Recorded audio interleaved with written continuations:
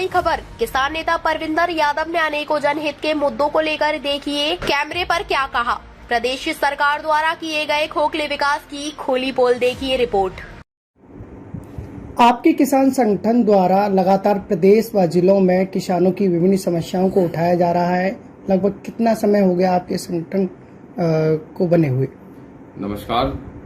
भारतीय किसान यूनियन क्रांति को बने हुए 2.5 वर्ष हो चुका है और भारतीय किसान यूनियन क्रांति नोएडा, गाजियाबाद, हापुड़ और बुलंदशहर, गढ़, बागपत, मेरठ, मुजफ्फरनगर, अन्य कई प्रदेशों में एवं यूपी के कई जिलों में जो है पूर्ण रूप से सक्रिय रूप से जो है किसानों के लिए काम कर रही है।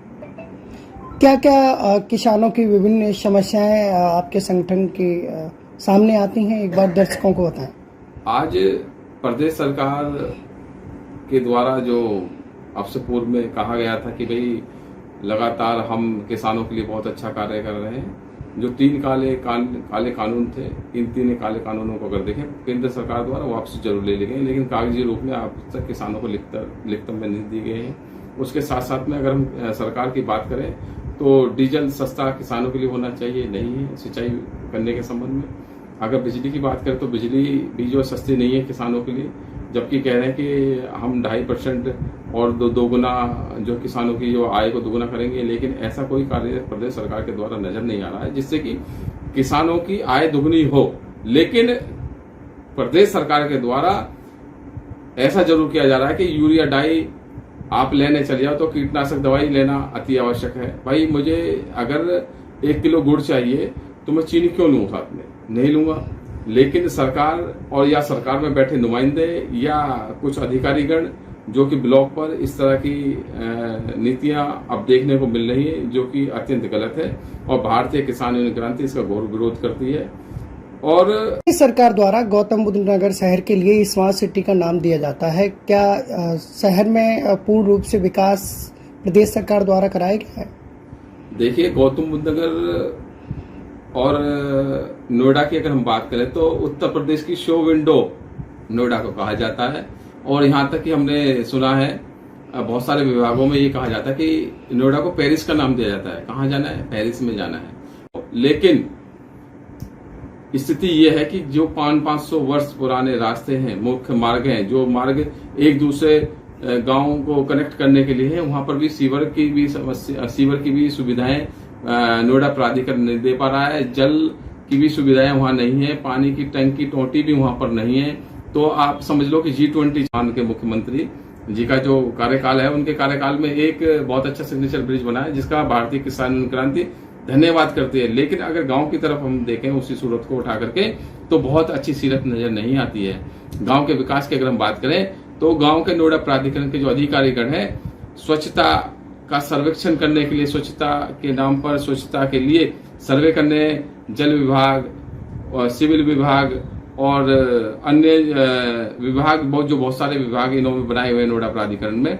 सब अधिकारीगण प्रोजेक्ट इंजीनियर लेवल के लोग आते हैं, अधिकारीगण आते हैं, लेकिन समस्या का निस्तारण करने के संबंध में अगर बात की जाए तो समस्या का निस्तारण नहीं होता। हाँ, टॉफी गोली जरूर देके जाते हैं। क्या होगा, शहर में जगह जगह रेड लाइट चौक पर फुब्बारे लगे हुए हैं जी, अधिकतर देखने में तो बहुत अच्छे लगते हैं, लेकिन क्या जो बाहर के अदरवाइज कोई व्यक्ति आते हैं शहर में, क्या उन्हें सुविधाएं, क्या पानी की टंकियां या ये सब चीजें जो मुख्य समस्याएं हैं लोगों के लिए, जो कि हालांकि नहीं, जिनके पास बजट नहीं हो पाता, किसी कारणवश पैसे नहीं होते, तो वो उनके लिए क्या पानी की सुविधाएं शहर के अंदर हैं? बहुत जगह देखना होता है, फुब्बारे तो कई जगह लगे हुए हैं।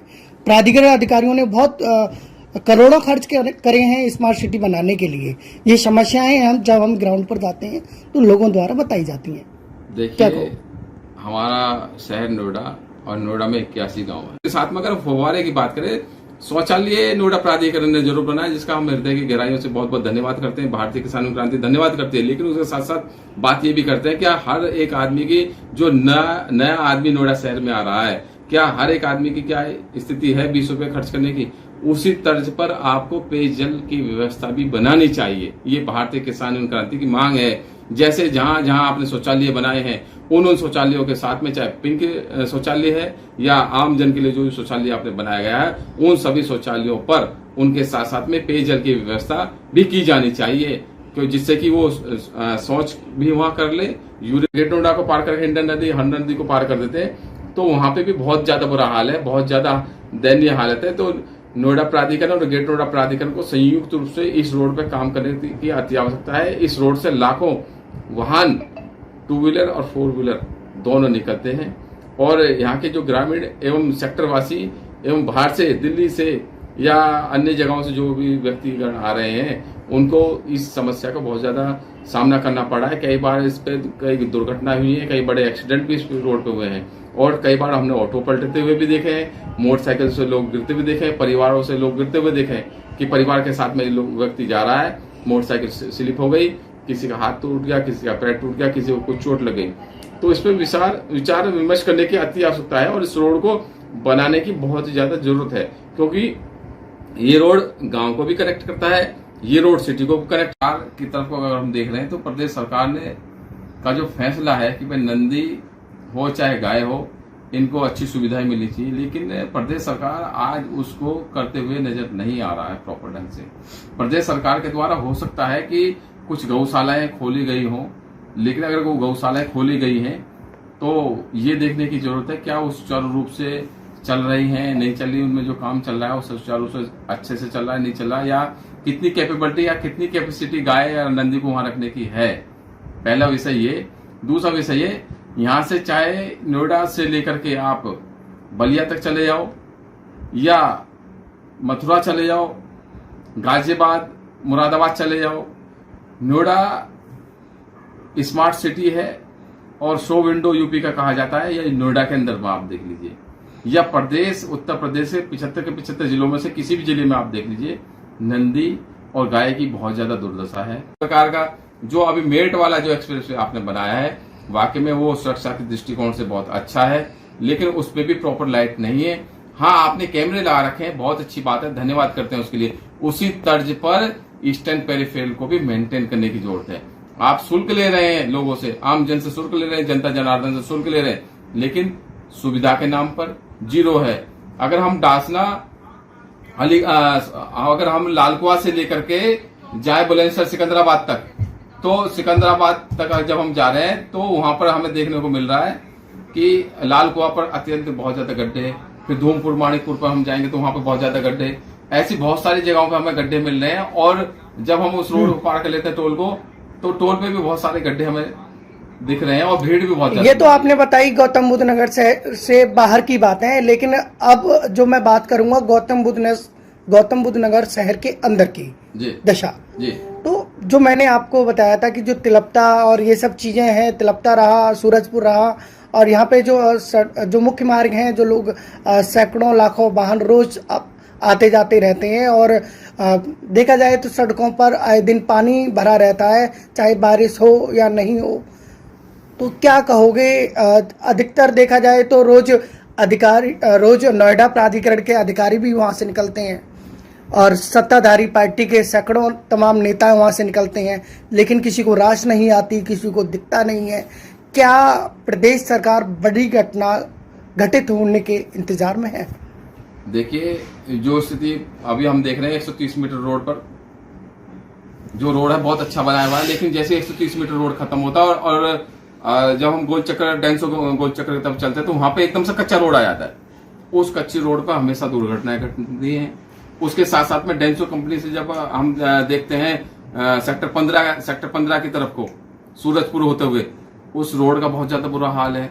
और जब हम ग्रामीण शहरों में, ग्रामीण क्षेत्र में पहुंचते हैं, प्रॉपर ग्रामीणों में पहुंचते हैं, गांव 300 गांव में से कोई भी गांव ले लीजिए, चाहे आप जहां हमारा ये एयरपोर्ट बन रहा है जेवर के कोई भी गांव ले लीजिए, गेट नोएडा का कोई भी अच्छा गांव ले लीजिए, या आप नोएडा का कोई भी गांव ले लीजिए, सभी गांव में अगर आप देखोगे और अंदर घुसोगे तो दुर्दशा, चाहे सफाई है, चाहे सड़क है, चाहे नाली खरंजा है, पानी है, सीवर है, कुछ भी बहुत अच्छी सुविधाएं नजर नहीं आ रही। लेकिन कहने को हम G20 का कार्यक्रम करने जा रहे हैं, हमारा शहर बहुत साफ सुथरा है, वो सिर्फ शहर सेक्टरों के अंदर ही नजर आ रहा है। सेक्टर के जो बाहर जो आउटर रोड है वहां सुंदर नजर आ रहा है, अगर आप सेक्टरों के अंदर में भी घुस कर देखेंगे सेक्टर 116 सरकार को, तब भी देखना चाहिए कि गाय माँ भूखी बिलख रही है, गाय माँ पन्नी खाने के लिए मजबूर है। ऐसी प्रदेश सरकार गौशाला पर लाखों करोड़ों रुपए इन्वेस्ट करती है गायों और नंदियों को लेकर, इनके चारा पानी को लेकर, क्या पूर्ण रूप से उन्हें मिल पा रहा है? गाय माँ और नंदी को अगर पूर्ण रूप से मिल रहा होता तो आज जो हम रोड पर नंदी और गाय माता को जो देख रहे हैं वो गाय माता आज हमें रोड पर नजर नहीं आती। प्रदेश सरकार के द्वारा हो सकता है अच्छे कदम उठाए गए हों, लेकिन पूर्ण रूप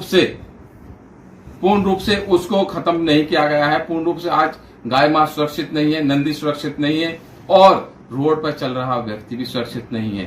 अगर वीडियो अच्छी लगी हो तो लाइक कमेंट शेयर जरूर करें। हमारे साथ जुड़े रहने के लिए हमारे चैनल को सब्सक्राइब करें और बेल आइकन को दबाना बिल्कुल ना भूलें।